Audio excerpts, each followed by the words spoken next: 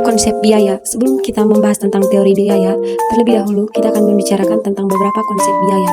Paling tidak, Nicholson 1991 membagi biaya dalam 3 konsep, yaitu biaya kesempatan, biaya akuntansi, dan biaya ekonomis. Umumnya, para ekonom menganggap bahwa konsep biaya terpenting dari ketiganya adalah biaya kesempatan. 1. Biaya modal. Dalam konteks biaya modal, terdapat 2 konsep yang memiliki perbedaan besar. Dalam perhitungan biaya modal, para akuntan menggunakan harga historis daripada barang modal, misalnya mesin dan peralatan tertentu yang sedang diteliti, dan menggunakan aturan depresiasi yang dipilih untuk menetapkan bahwa beberapa dari harga mesin itu semula yang akan dikenakan sebagai biaya lancar. Sementara, para ekonom memandang harga historis dari sebuah mesin atau peralatan sebagai sebuah biaya hangus yang tidak relevan dalam proses produksi. Yang kedua, biaya tenaga kerja. Para akuntan dan ekonom memandang biaya tenaga kerja dengan cara sama. Para akuntan memandang pengeluaran untuk tenaga kerja sebagai biaya lancar dan merupakan biaya produksi. Sementara, para ekonom memandang biaya tenaga kerja sebagai biaya eksplisit, dalam konteks bahwa jasa tenaga kerja dikontrak dengan tingkat upah per jam atau per hari atau W tertentu, dan umumnya diasumsikan bahwa hal ini merupakan jumlah terbaik yang dapat diperoleh atas jasa tenaga kerja dalam pekerjaan alternatif mereka. Yang ketiga, biaya jasa kewirausahaan. Pemilik sebuah perusahaan adalah merupakan orang yang berhak atas apa tersisa atas semua pendapatan atau kerugian yang terjadi setelah mereka membayar semua biaya masukan.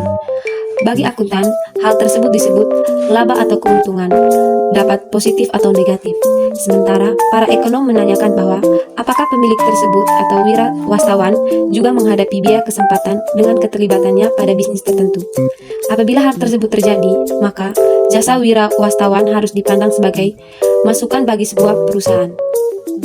Keempat, biaya ekonomis. Biaya ekonomis atau economic cost adalah biaya ekonomi atas semua input yang diperlukan untuk mempertahankan masukan tersebut untuk penggunaannya saat ini, atau imbalan yang diterima input tersebut dalam penggunaan alternatif yang terbaik. Yang kelima, asumsi penyederhanaan. Asumsi awal yang digunakan yaitu kita membuat 2 penyederhanaan tentang input yang digunakan oleh perusahaan dalam memproduksi barang atau jasa.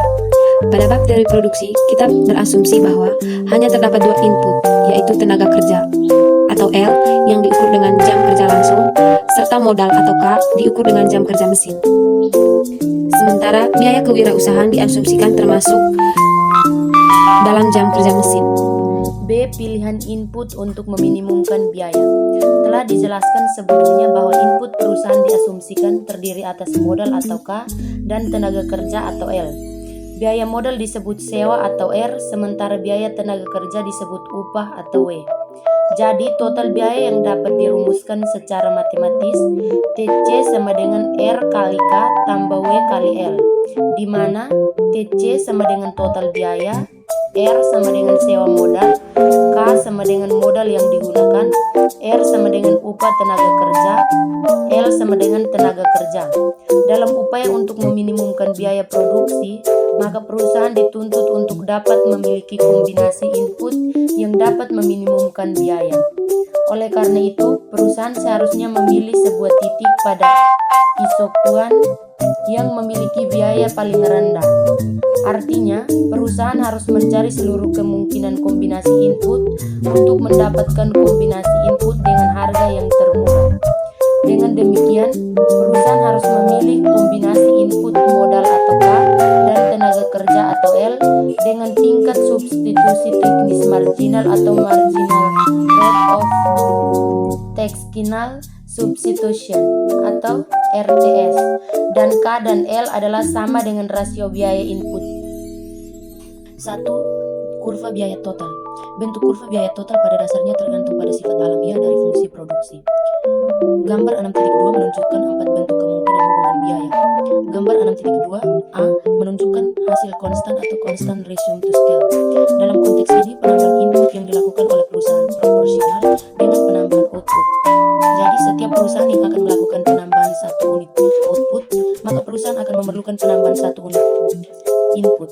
Dengan asumsi harga input tidak berubah, maka hubungan antara biaya input total dan output adalah juga proporsional sehingga kurva biaya total terbentuk garis lurus yang melalui titik-titik original karena perusahaan tidak membutuhkan input pada saat Q sama dengan 0. C. Biaya produksi jangka pendek. Dalam menganalisis biaya produksi perlu dibedakan dalam dua jangka waktu, yaitu jangka pendek dan jangka panjang.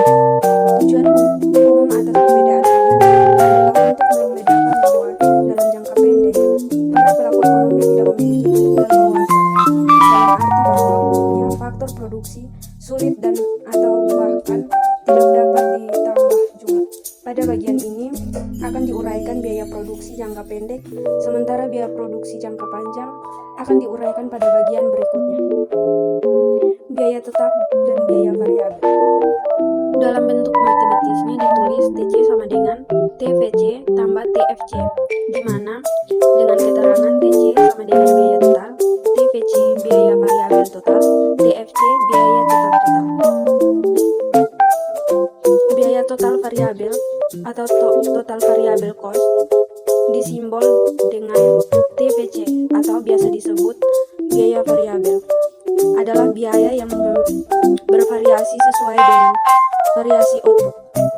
Total biaya tetap. Total fixed cost disimbol dengan TFC atau biasa disebut biaya tetap, adalah biaya yang tidak dapat divariasikan dengan tingkat output. Yang kedua, biaya marginal dan biaya rata-rata. Biaya marginal atau marginal cost biasa disimbol MJ, kadang disebut juga dengan biaya tambahan atau incremental cost, yaitu tambahan biaya yang timbul disebabkan karena adanya tambahan produksi suatu unit output. Dengan demikian, biaya marginal dapat dirumuskan dalam bentuk persamaan matematika, yaitu MC sama dengan delta AVC atau delta Q sama dengan ATC per Q. Contoh biaya rata-rata dapat kita lihat pada tabel 6.1 berikut ini. Bentuk kurva biaya jangka pendek. Mari kita perhatikan gambar 6.3 bagian B. Bentuk dari kurva biaya rata-rata yang tersisa tergantung dari hubungan antara biaya marginal dan biaya total rata-rata. Apabila biaya marginal berada di biaya total rata-rata, maka kurva biaya total rata-rata akan menurun. Sebaliknya, apabila biaya marginal berada di atas biaya total rata-rata, maka kurva biaya total rata-rata akan naik. Selanjutnya, apabila biaya total rata-rata minimum, maka biaya marginal sama dengan biaya total rata-rata. D. Biaya produksi jangka panjang. Dalam jangka panjang, perusahaan dapat mengubah semua input yang akan digunakan dalam produksi. Oleh karena itu, dalam jangka panjang tidak dikenal lagi adanya biaya tetap, jadi semua biaya bersifat variabel. Hal tersebut menunjukkan bahwa perusahaan tidak saja dapat menambah tenaga kerja, tetapi juga modal baik dalam bentuk gedung, pabrik, mesin, maupun peralatan lainnya. Jadi secara khusus perusahaan dalam jangka panjang harus memutuskan bahwa jumlah pabrik, gedung, peralatan, serta jumlah tenaga kerja yang dibutuhkan dalam operasinya. Kurva biaya total jangka panjang atau LRTC diturunkan dari pola ekspansi atau perluasan perusahaan dan menunjukkan biaya total jangka panjang minimum dalam memproduksi berbagai tingkat output seperti terlihat pada gambar 6.4. 1. Hubungan antara biaya jangka panjang dan jangka pendek. Pada dasarnya, kurva biaya jangka pendek dan kurva biaya jangka panjang yang telah dibahas dalam bab ini semuanya diturunkan dari fungsi produksi yang sama. Dalam jangka pendek, beberapa faktor produksi bersifat tetap, namun dalam jangka panjang sama input bersifat variabel. Kurva biaya rata-rata jangka panjang LRAC menunjukkan biaya terendah untuk memproduksi output pada saat semua faktor produksi adalah variabel. Sementara kurva biaya total rata-rata jangka pendek SRATC menunjukkan biaya terendah untuk memproduksi output maupun pada saat satu input atau lebih dari tetap atau konstan. Kurva biaya jangka panjang biasa pula disebut kurva sampul, karena kurva biaya rata-rata jangka panjang melingkupi semua kelompok kurva biaya total rata-rata jangka pendek. Setiap kurva biaya total rata-rata jangka pendek bersinggungan dengan kurva biaya rata-rata jangka panjang pada tingkat output untuk mana kuantitas faktornya diproduksi yang tetap adalah optimum dan terletak di atas untuk semua tingkat output lainnya. E. Kurva pembelajaran atau learning curves.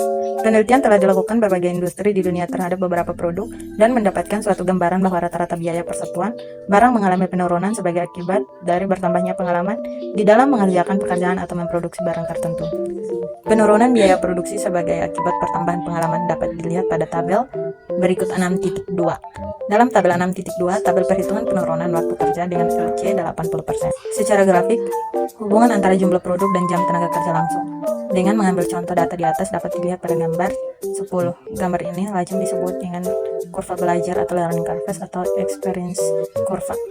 Learning curves garis lurus secara matematis dapat dinyatakan dalam fungsi S atau slope sama dengan log persen LC per log 2. Untuk kurva LC 80%, log sama dengan log 80% per log 2 sama dengan minus 0,332. Garis eksponensial dengan rumus sebagai berikut: Y sama dengan K titik X S, atau dengan fungsi logaritma log Y sama dengan S log X tambah log K, di mana Y jumlah jam rata-rata per unit produk, K sama dengan jam tenaga kerja langsung yang diperlukan untuk produk case pertama, X sama dengan jumlah unit produksi yang dibuat. Slope garis adalah selalu negatif karena metode ini mengonsumsi bahwa jam kerja tenaga kerja langsung per unit akan menurun dengan naiknya volume produksi. 1. Learning kurva dalam situasi persaingan. Contoh berikut menggambarkan bagaimana LC dapat membantu dalam situasi persaingan. Perusahaan A, B, dan C, ketiganya memproduksi barang yang sama, yaitu barang X, dan mereka telah bergerak di bidang produksi barang tersebut selama periode yang sama pula. Ketiga perusahaan memperoleh market share yang berbeda tetapi memiliki learning kurva yang sama, yaitu 70%. Pertumbuhan permintaan akan produk itu sama, yaitu 3% per tahun, dengan harga jual pada tahun itu sebesar Rp12. Apabila diketahui kurva profit margin perusahaan A saat ini adalah $7 dan market share dari ketiga perusahaan adalah sebagai berikut. Dan perusahaan A, volume penjualannya 400 unit, market share-nya 58%. Perusahaan B, 200 unit, market share-nya 28%. Perusahaan C, volume penjualan 100 unit, market share-nya 14%. Dari data tersebut maka kita dapat memperhitungkan harga pokok per unit tahun depan dari masing-masing perusahaan. Jika perusahaan A menurunkan harga penjual 20%, dia akan dapat mendesak keluar perusahaan C, dan persaingan memaksa perusahaan B menurunkan harga sampai 20% juga.